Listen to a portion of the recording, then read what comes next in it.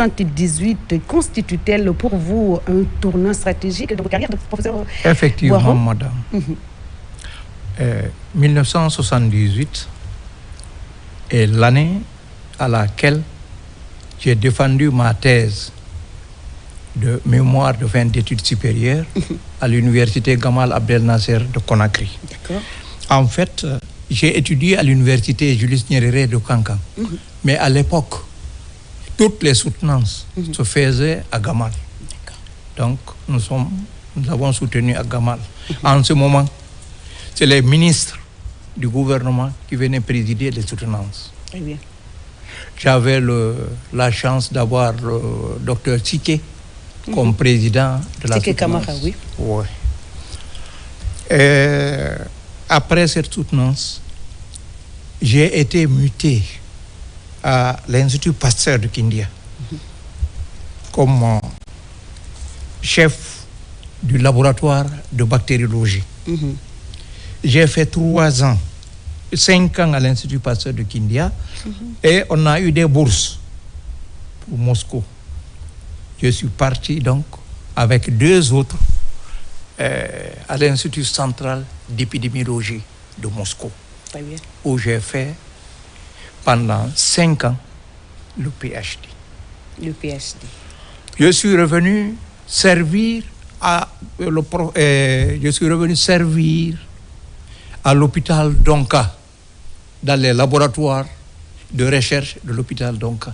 Très bien. Là, ça m'a fait 16 ans aussi d'expérience, parce que Madigbe Fofana, qui était à l'époque ministre, et qui m'avait vu dans mon institut à Moscou, dès mon retour, il m'a coopté pour m'envoyer à l'hôpital Donka. Il m'a dit, vous allez me former les épidémiologistes et les techniciens des laboratoires dans l'hôpital et en Guinée. D'accord. À l'époque, j'ai trouvé là-bas feu docteur Laban, qui est décédé il n'y a pas longtemps, paix à son âme. Édouard Laban. Oui, avec Ministre de la Santé, qui la main dans la main, et plusieurs collègues de l'unité de bactériologie et le chef du laboratoire Lebanjo Diakité, on a formé une équipe qui faisait le diagnostic de toutes les maladies épidémiologiques vraiment en Guinée.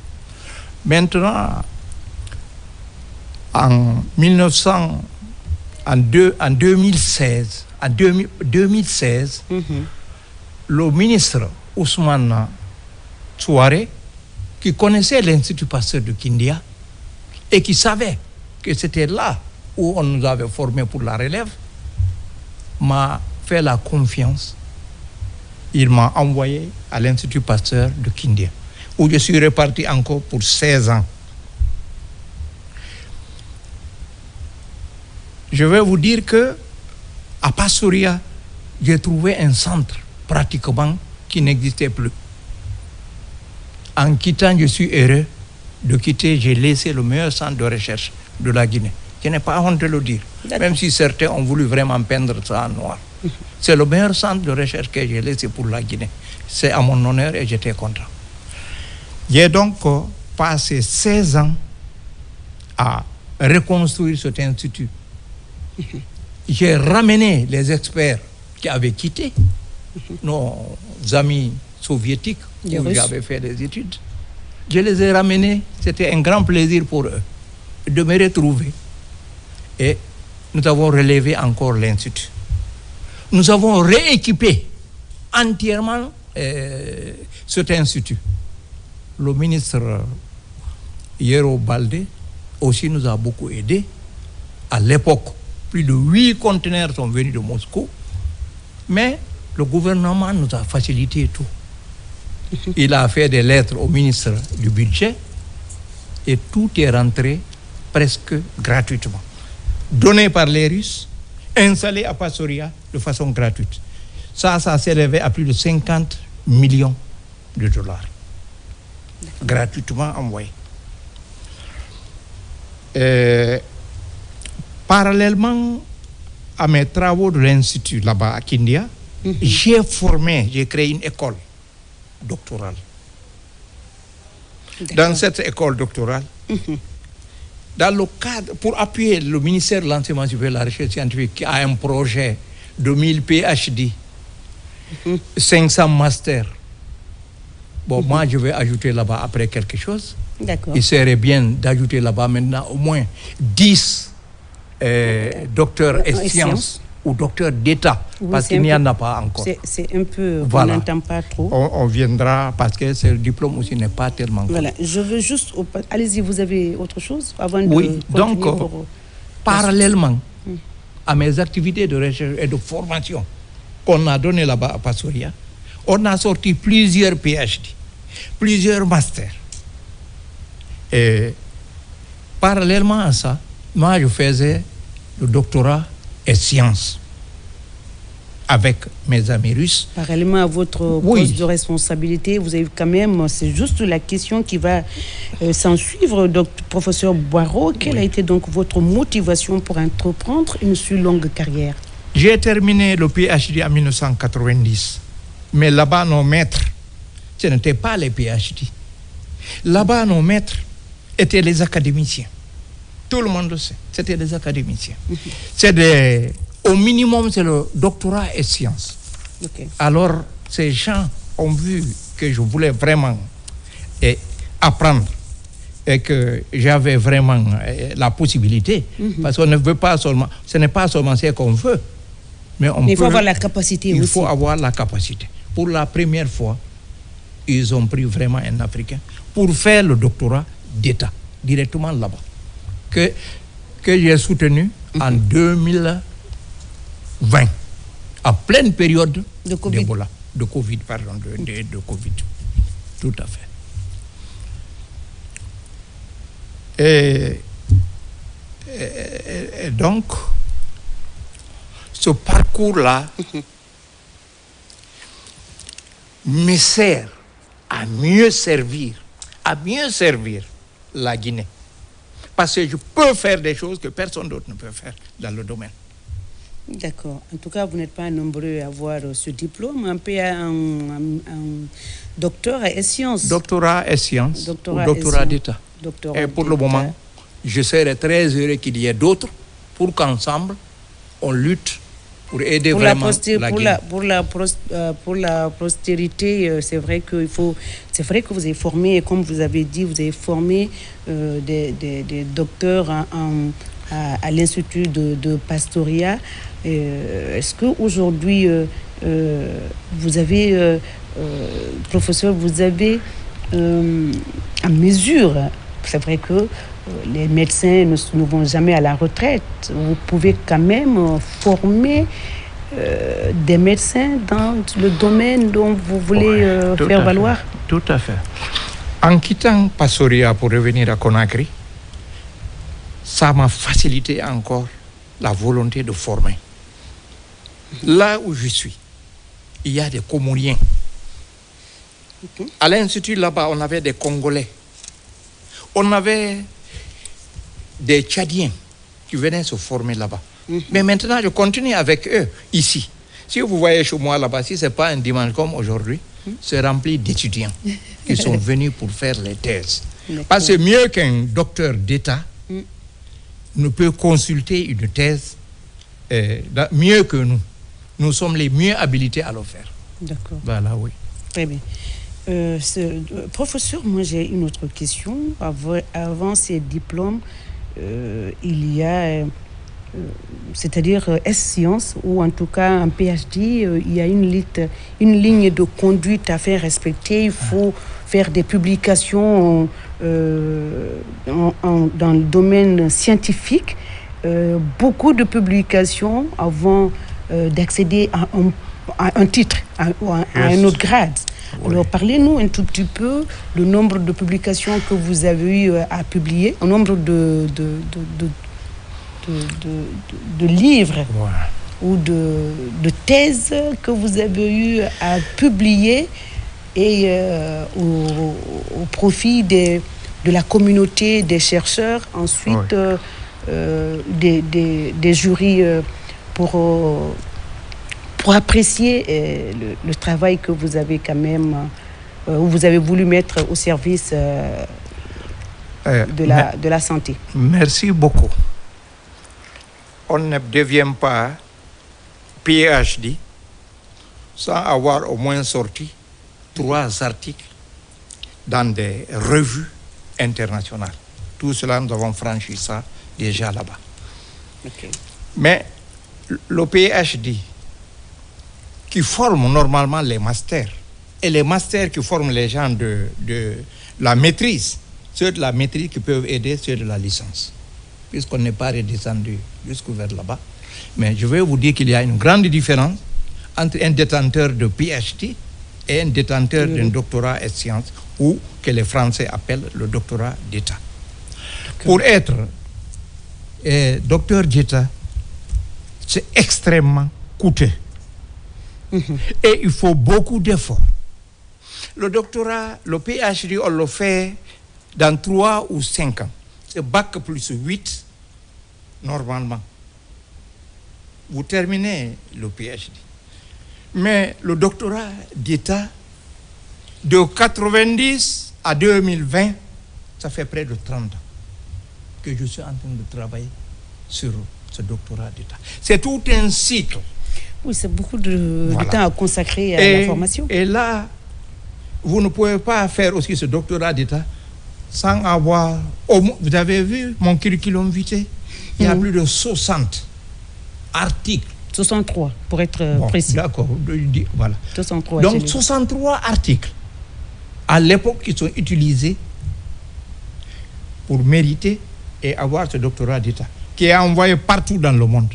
Tout le monde va lire, tout le monde va faire des remarques, voilà. Et qui apprécie et qui ramène. Pour le moment, en Afrique, tout le monde s'est arrêté au niveau du PhD. Alors qu'il y a la lumière encore devant. Nous, c'est cet exemple que nous vous voulons voulez donner laisser pour la nouvelle génération. C'est cet exemple que nous voulons donner à nos jeunes. Pour que ce que nous sommes en train de faire aujourd'hui, là, que demain on soit indépendant intellectuellement la Guinée. Qu'on ne parte pas prendre des Sénégalais, prendre des Ivoiriens, prendre des gens même de l'Europe pour venir. Si on a cette formation ici, non, on ne peut pas former ça ici. Mais si on a ces gens formés ici, des Guinéens, ça nous donne aussi la liberté intellectuelle, la liberté scientifique. C'est elle que nous sommes en train de chercher. Docteur, il y a une petite question qui me vient à l'esprit.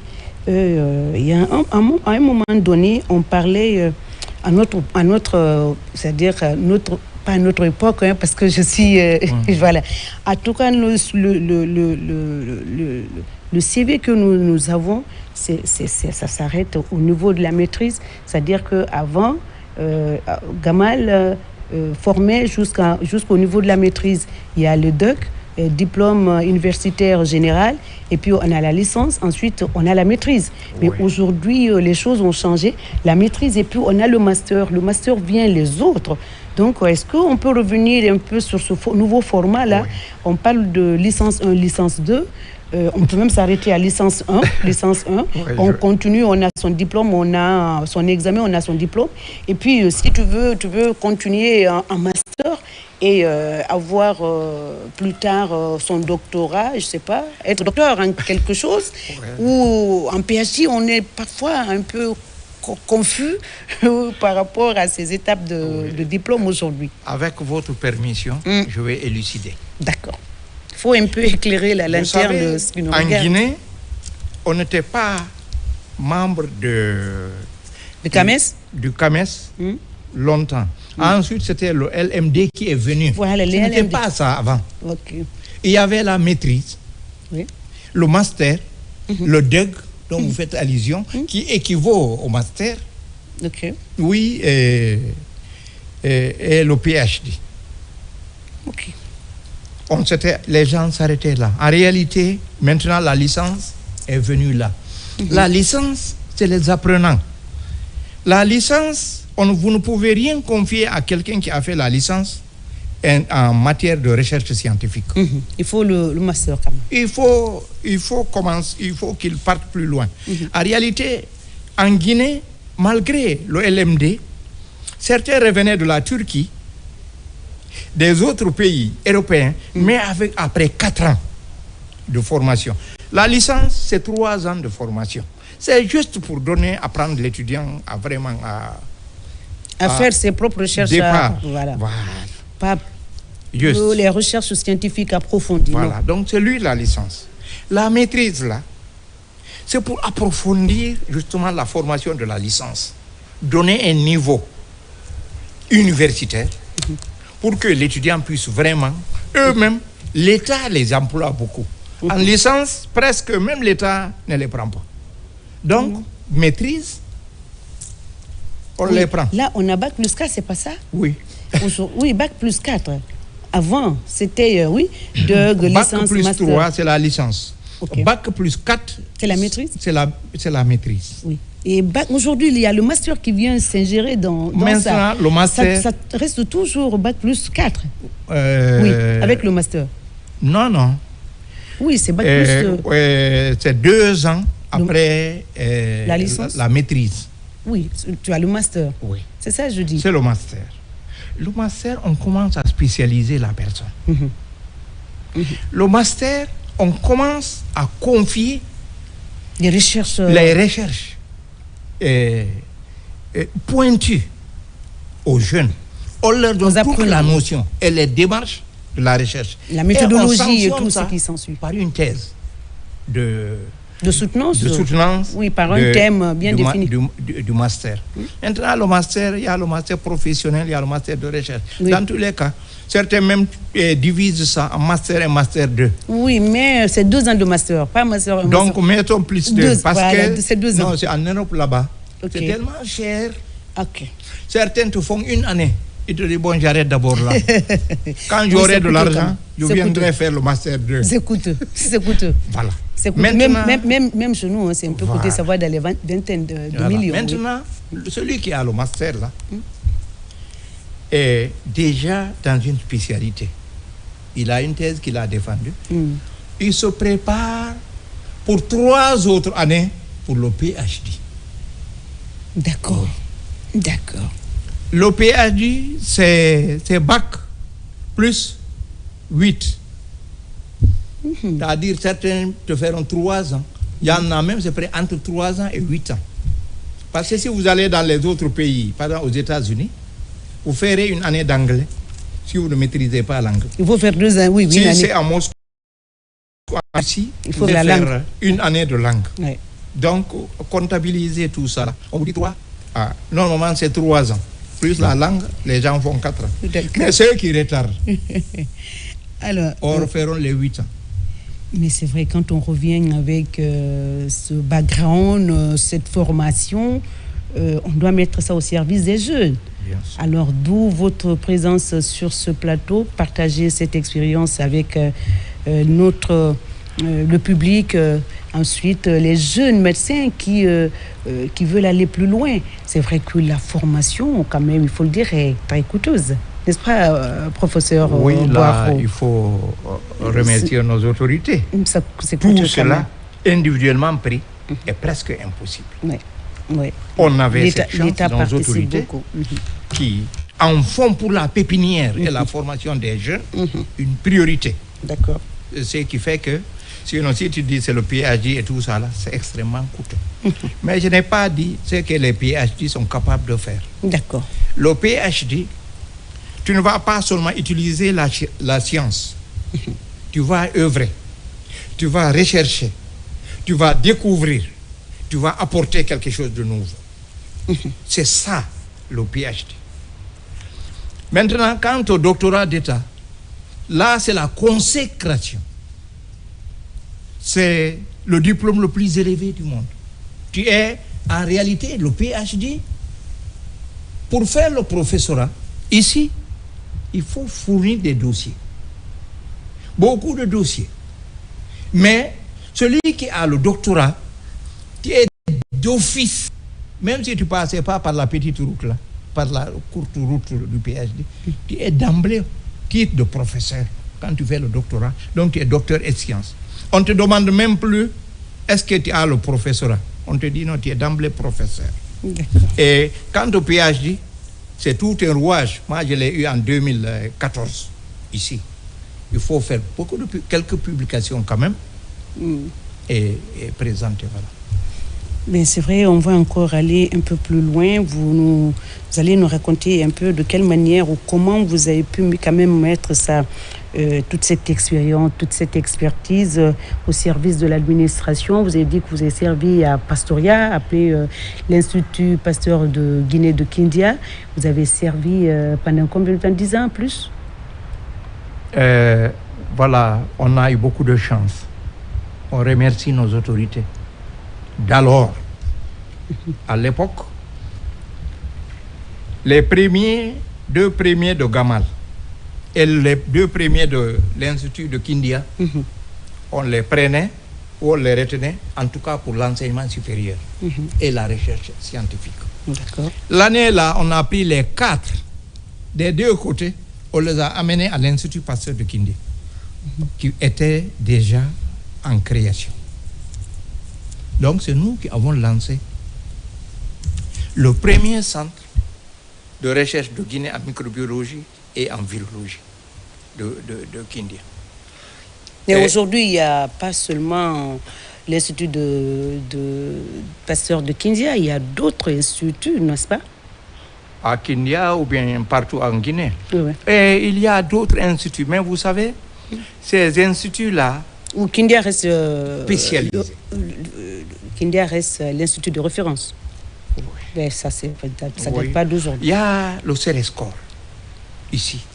L'ancien CERESCOR, maintenant ils ont changé de nom. Je ne suis pas au diapason. Oui, c'est la CERESCOR, honte ça. de ne pas connaître le nouveau nom qui a été donné dernièrement. Oui, c'est un peu, c'est vrai. C'est vrai, il y a le nouveau nom, mais CERESCOR reste le nom que tout le monde connaît. Oui, le CERESCOR, l'IRBAG, l'Institut Pasteur de Kindia, étaient les 2 centres si importants que même en conseil de cabinet, au ministère de l'enseignement supérieur ou celui qui est en charge de la recherche, les 2 centres-là faisaient partie. On nous conviait et on assistait au conseil de cabinet. Mais bon, tout cela, en tout cas, ils sont en train de voir. Mais eux aussi, ils sont en train de faire beaucoup de choses. D'accord. En tout cas, c'est ce que je disais à l'entame de cette émission. Vous êtes une bibliothèque vivante. C'est le moment en tout cas, c'est le moment de laisser votre expertise à la jeunesse, à la nouvelle génération. Et c'est le moment d'exploiter le potentiel que vous avez aujourd'hui, parce que vous n'êtes pas nombreux à avoir le PhD, le docteur et sciences. En tout cas, en PhD, quand on parle de PhD, je me rappelle de professeur docteur Douria aussi, qui a le PhD, que vous connaissez certainement. Alors, professeur, aujourd'hui, dites-nous, qu'est-ce que vous avez envie qu'est-ce que vous avez envie, l'héritage que vous avez, comment vous souhaitez léguer ça aux jeunes? Est-ce que vous avez un message à faire passer pour le ministère de la Santé? C'est vrai que vous restez toujours sous tutelle du ministère de Recherche, un ministère de l'Enseignement. La recherche scientifique. Voilà. En réalité, nous sommes dans le cadre des CHU. Voilà. Nous sommes de l'enseignement supérieur. C'est ça. Mais nous sommes aussi du ministère de la Santé. Oui, vous complétez. Et je connais très bien aussi ce dynamique ministre de ce côté. D'accord. Et ce que je veux dire, aujourd'hui, la Guinée a besoin de cadres très, très, très bien formés. Des cadres à tous les échelons de la recherche, des cadres jusqu'au sommet. Nous sommes des exemples. Bientôt, nous rentrons aussi dans la ligne de retraite. Donc, nous sommes un exemple. Même si vous partez à la retraite, on aura toujours besoin de cette expérience que vous avez, le potentiel, cette expertise que vous pouvez, même à la retraite, partager. Vous pouvez même vous constituer, ou en tout cas, vous pouvez ouvrir un cabinet Juste. Voilà. Juste. Voilà. Donc, la Guinée, nous voulons rendre à la Guinée que vous avez pris chez les... Ce qu'elle nous a donné. Ce que nous sommes partis prendre chez les autres, il n'y en a pas ici. J'ai honte d'être presque seul à avoir fait ça là. Je voulais que le ministère de l'Enseignement supérieur aussi institue ça. En plus du PhD, il faut commencer à former des docteurs d'État. Nous sommes les exemples. Oui, donc, professeur, est-ce que c'est pas dans le fait que cette formation, si c'est l'État qui prend en charge, devient un peu lourd, peut-être? Voilà. Et en tout cas, vous savez, il y a ce qu'on dit, le cadre habituel des diplômes, par exemple, jusqu'au PhD, là, c'est le cadre habituel des États. Mais le doctorat est inhabituel. Lui, il ne rentre pas dans le cadre de la formation standardisée.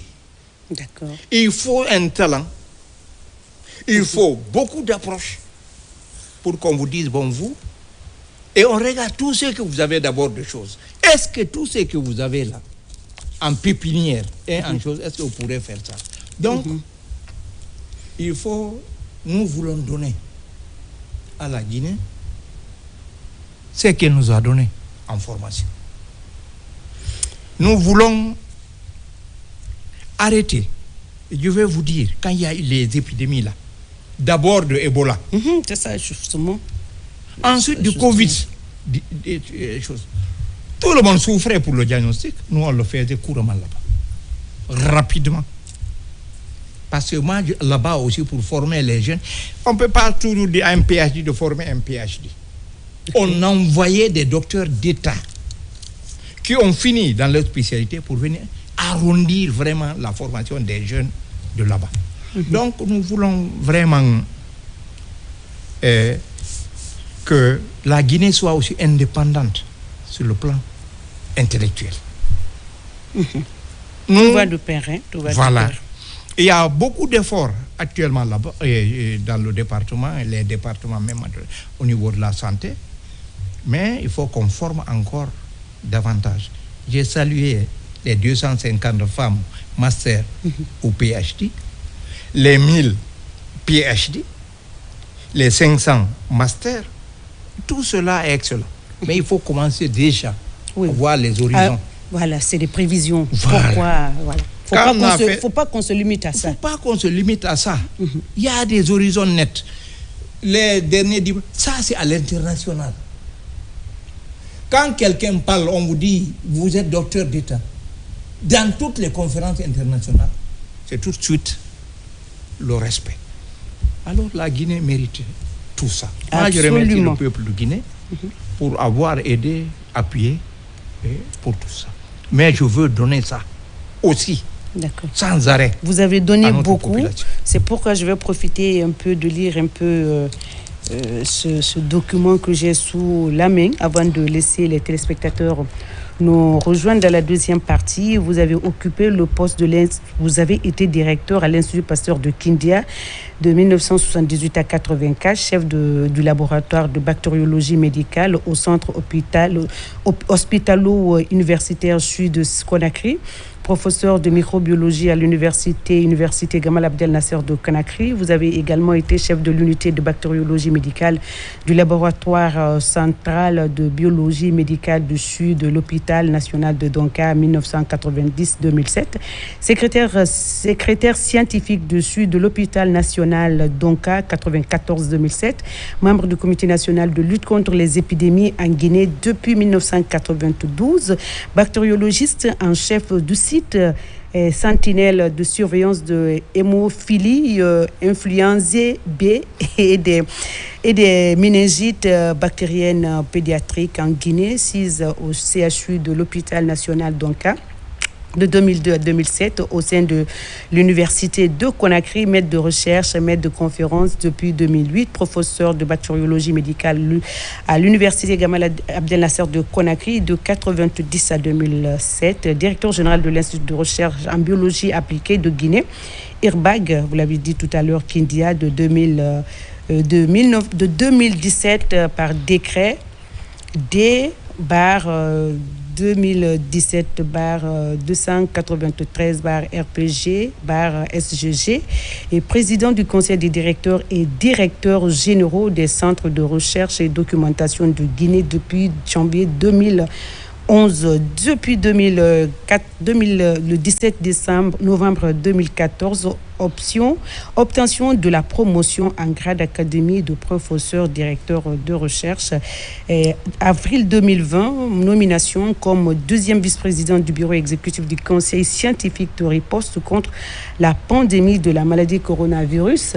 Et coronavirus, en tout cas, la liste est longue, on ne peut pas continuer et on va laisser les téléspectateurs donc nous appeler pour poser d'autres questions que certainement on n'a pas pu poser ou qu'on a omis dans l'échange. Alors, professeur, je disais donc, vous avez toujours envie de laisser quelque chose pour la prospérité, pour les jeunes, pour en tout cas marquer ce domaine dont vous voulez quand même.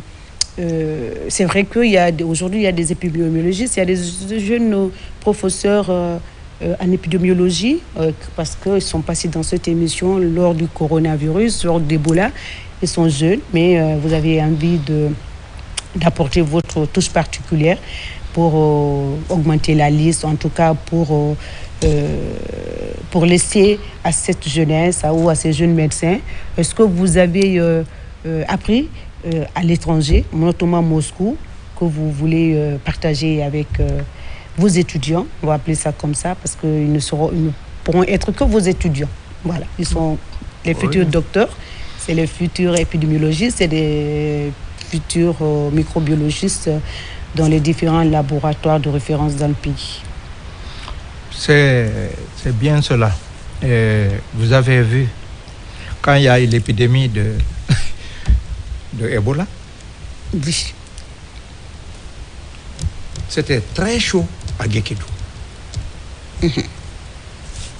À l'époque, mon chef de laboratoire, c'était Lamine Koïbougui. Des Italiens, des Français sont venus dirigés par un professeur Gunther. On est parti. Il n'y avait que les tentes entre les malades et nous qui faisions le diagnostic rapidement de laboratoire. Il y avait près de 11 Européens. C'était le laboratoire Héro-Guinéen qu'ils avaient envoyé en ce moment-là. Donc c'est plein aussi de risques, ce métier-là. Vous avez vu quand il y a eu Ebola là, il y a eu combien de médecins? Ça traumatise toujours. Bon, mais nous, on est dedans. On a d'abord appris à vivre en épidémie. Là où la personne n'est pas malade, nous savons déjà qu'elle peut être malade. Donc, tout cela, c'est de l'école. On va transmettre ça de génération en génération pour que nos jeunes soient aussi très talentueux. C'est ça justement la relève, et vous êtes dans cette optique. Bon, c'était un appel, mais c'est parti, on va continuer. On va continuer à sensibiliser, à inviter les jeunes à rejoindre on peut appeler mentor, coach, en tout cas professeur. Voilà, il est là pour vous. Voilà, c'est le but. Dans ce document, il y a beaucoup de choses qu'on ne peut pas lire tout.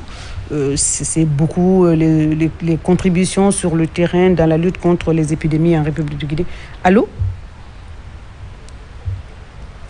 Ben c'est parti, le 620 58 90 73. Vous pouvez donc nous joindre, c'est la deuxième partie, pour poser des questions à notre invité Mamadou Yero Boiro, ancien directeur général de l'Institut Pasteur de Guinée, en même temps ancien président du conseil du bureau des directeurs de centres de recherche électrique. Allô? Allô? Allô? Allô? Allô?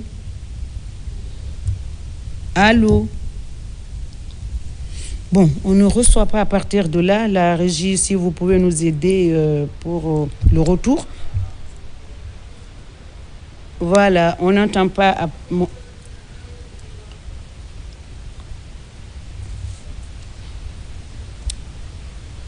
D'accord. Docteur, vous avez envie de faire passer un autre message parce qu'aujourd'hui, on va exhiber, on va mettre en exergue ce potentiel, en tout cas, ce bagage intellectuel dont vous êtes le détenteur. C'est vous le détenteur. Oui. Bagage intellectuel. Vous n'avez pas envie de garder ça pour vous seul. Vous voulez partager. Allô? Bon, nous, dans la régie de nous, on n'a pas de retour. Donc on va continuer. Envie de faire passer autre chose que peut-être qu'on n'a pas dit ici. C'est quoi? Bon. Tout tourne autour de ce diplôme médecin, docteur et sciences. Ça, je crois que c'est compris. Ça a un grand avantage. Oui. Contrairement aux autres, je l'ai déjà dit, ce diplôme, aujourd'hui, professeur, ça en fait de la paix un ambassadeur. Moi, je suis un ambassadeur dans ce domaine-là pour la Guinée, dans les rencontres sur les épidémies, sur la lutte contre telle ou telle maladie. La thèse que j'ai présentée à ça. Le thème portait d'ailleurs sur quoi? Sur un inventaire et une étude épidémiologique de toutes les maladies contagieuses et non contagieuses en République de Guinée pendant 5 ans. C'est pour moi l'occasion de remercier l'ancien directeur de Sakoba, de l'ANSS. Qui a ouvert aussi les statistiques et puis tout. Le ministère de la Santé aussi, leur service de statistique, ils nous livrent tout. Nous leur remercions. Donc, j'ai défendu une thèse pour les 5 dernières années de toutes les maladies épidémiologiques et non épidémiologiques en République de Guinée pendant 5 ans. Ce qui était aussi quelque chose de particulièrement intéressant. Quand je défendais aussi à Moscou la thèse là, vraiment, j'étais très heureux parce que plusieurs ambassadeurs africains étaient venus, dont l'ambassadeur de Guinée qui était là-bas, Keïta, qui était fier et content et dit que c'est la première fois que quelqu'un défend comme ça sur les maladies dans le continent africain. Ce qui est aussi vraiment, c'était un atout. Oui, vraiment un atout. Le 620 58 90 73, le numéro peut-être affiché. C'est même affiché. Vous pouvez donc nous rejoindre. On n'a pas de retour par ici. Vous pouvez nous donner coup de main par rapport à ça. C'est la partie où les téléspectateurs ont envie de poser des questions directement à notre invité, professeur Amadou Yoro Boiro, ancien directeur général de l'Institut Pasteur de Guinée à Kindia, ancien président du conseil de bureau des directeurs des centres de recherche et de documentation pendant plusieurs années. Alors, docteur, encore d'autres messages. Nous arrivons vers la fin. La deuxième partie, le 625 90 73, on n'a pas de retour. Bon, je crois que on peut aussi faire un plaidoyer. Oui, c'est une occasion. Un plaidoyer d'abord vers notre autorité. Nous remercions le président pour tout ce qu'il fait pour la recherche scientifique. Ça bouge, ça avance. Beaucoup de salaires ont été augmentés. Beaucoup de formations sont en cours. Il y a eu quand même de progrès, beaucoup de progrès. Voilà. Donc nous remercions le président de la République.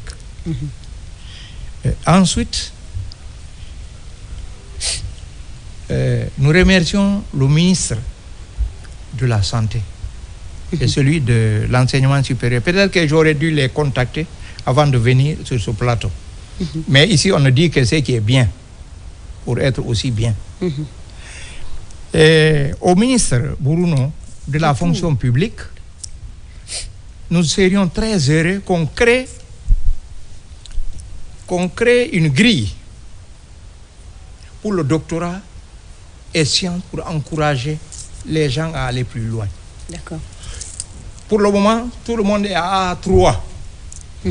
Et on dit tous les docteurs, c'est la même chose. Non, il y a tout un cycle. On fait le PhD en, je l'ai dit déjà ici, en 3 ans. L'autre l'a plus de 30 ans. Et donc, le ministre de la fonction publique aussi peut voir si ça s'impose. Qu'on crée une grille, peut-être A4, pour les titulaires de ce diplôme. Ce serait très, très bien et ça va encourager les jeunes. Tout à fait. Nous sommes les pionniers. Donc, il faut aussi, si j'avais 5 avec moi, on n'avait plus de chance de faire passer ce qu'on dit. Mais je suis seul. Je prie pour le moment vraiment aussi la fonction publique de voir qu'est-ce qu'on peut aménager. Moi, je sais que dans les années... Il n'a pas de retour. On n'entend pas. C'est le haut-parleur. Dans les années...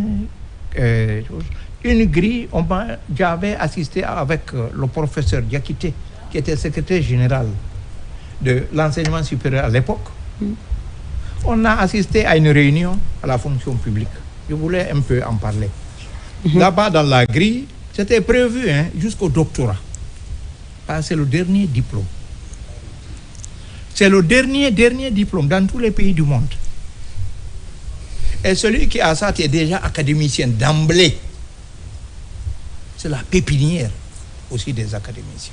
Donc, la fonction publique aussi, nous les demandons de réagir et les voir pour qu'ils réagissent à peu près favorablement à tous ces efforts. Pas pour moi seul, mais c'est pour ceux qui viennent. Si je ne parlais pas de ça ici aujourd'hui, personne ne parlera, parce qu'il n'y en a pas. Un jour, c'est un ancien ministre, professeur Cissé. Un jour, on parlait avec lui, il nous dit, vous savez, même le PhD, le marketing là n'est pas fait. Il faut en parler. Si vous ne parlez pas, si personne ne sait, on ne peut c'est pas dans le les savoir. tiroirs. Vous avez bien fait de passer dans cette émission. Et nous sommes là pour tout le monde. Ce n'est pas seulement les maladies épidémiologiques, les maladies pathologiques qu'on parle dans cette émission. C'est les associations qui viennent aider, soutenir les malades. C'est les ONG qui sont aux côtés des malades. C'est les professeurs, c'est les docteurs, les professeurs agrégés qui viennent parler un peu des spécialités dans cette émission, mais aussi vous, par exemple, c'est la première fois que nous parlons de ce diplôme, mais c'est vrai que les infectiologues quand même sont passés, mais c'est la première fois que l'on parle de ce diplôme.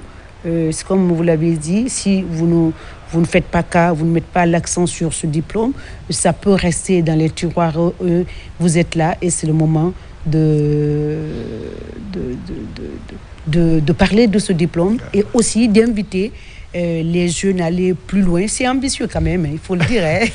Même si... réussi. Oui. Le PhD, on dit que vous êtes candidat à la science. Vous n'êtes pas encore docteur. D'accord. Vous êtes candidat. Mais on appelle un doctorat philosophie. Philosophie docteur.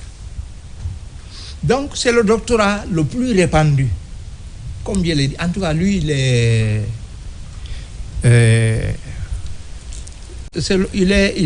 répandu, il est... Comment il faut appeler ça? Bon. Mais, les autres, c'est maintenant le doctorat. Mais ceux qui nous enseignent là-bas, tu es obligé d'être. Tu es obligé, il faut que tu sois vraiment docteur d'État ou alors docteur et sciences. C'est ceux qui enseignent les PhD là-bas. Ici, on s'efforce pour que les PhD aussi enseignent les PhD.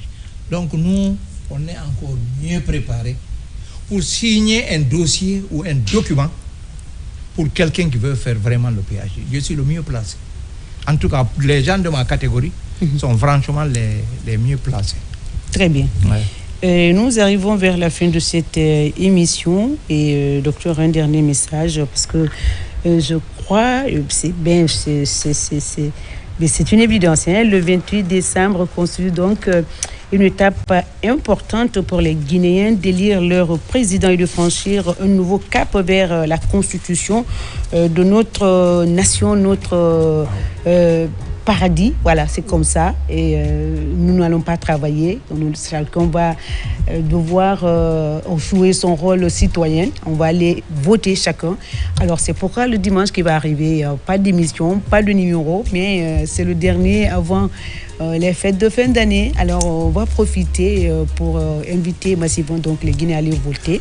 Et un dernier message avant de se dire au revoir et de souhaiter par anticipation bonne fête de Noël à nos frères, sœurs chrétiens de Guinée et d'ailleurs. Merci beaucoup. Je voulais aussi... Et rapidement, oui, on est pris, voilà, on est, voilà. Féliciter et inviter tout le monde sur ce plateau à s'acquitter de ce devoir de citoyen. Ce devoir de citoyen, c'est d'abord pouvoir choisir son président. Tout à fait. C'est le plus haut niveau. Si c'est dans les comités des choses, c'est encore beaucoup plus bas, mais ça intéresse. Alors ici, c'est le choix le plus important. Tout à fait. J'invite alors aussi tout le monde, surtout les intellectuels, à voter. Nous savons comment voter est utile. Nous, actuellement là, on a eu beaucoup de privilèges. Très bien. Nous avons eu beaucoup de privilèges. Et nous n'allons pas lâcher ça. Très bien. Je ne cite pas de nom. Oui. Mais je veux dire que nous sommes satisfaits de la direction actuelle. Très bien. Un dernier message, c'est bon, ou bien on peut se dire au revoir, professeur. Vous remercier vous aussi. D'accord. Pour le temps que vous avez consacré à cette émission. Très bien.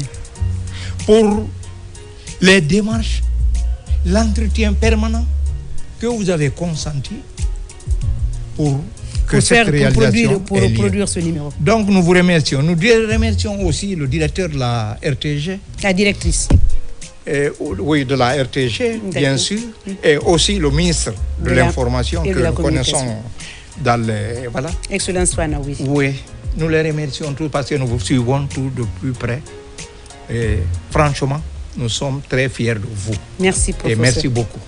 Merci donc de partager ce plateau. Merci à l'équipe technique. Merci à Elage Tondon et toute son équipe, Souleymane, Sané, Abdou Alassane et toute l'équipe du dimanche qui était donc avec moi pour ce numéro. Je rappelle tout simplement que nous étions avec professeur Mamadou Yero Boiro, ancien directeur général de l'Institut Pasteur de Guinée à Kindia, ancien président du conseil du bureau des directeurs de centre de recherche et de documentation de Guinée pendant des années, qui était donc avec nous. Il a partagé son expérience avec vous, public. Il invite donc les jeunes médecins à emboîter le pas. En tout cas, c'est une pipite qui est là. C'est une bibliothèque vivante qui était donc avec nous. On se retrouve donc la semaine prochaine. Pas de semaine prochaine. Merci. On se retrouve très bientôt. D'ici là, prenez soin de vous. Merci et au revoir.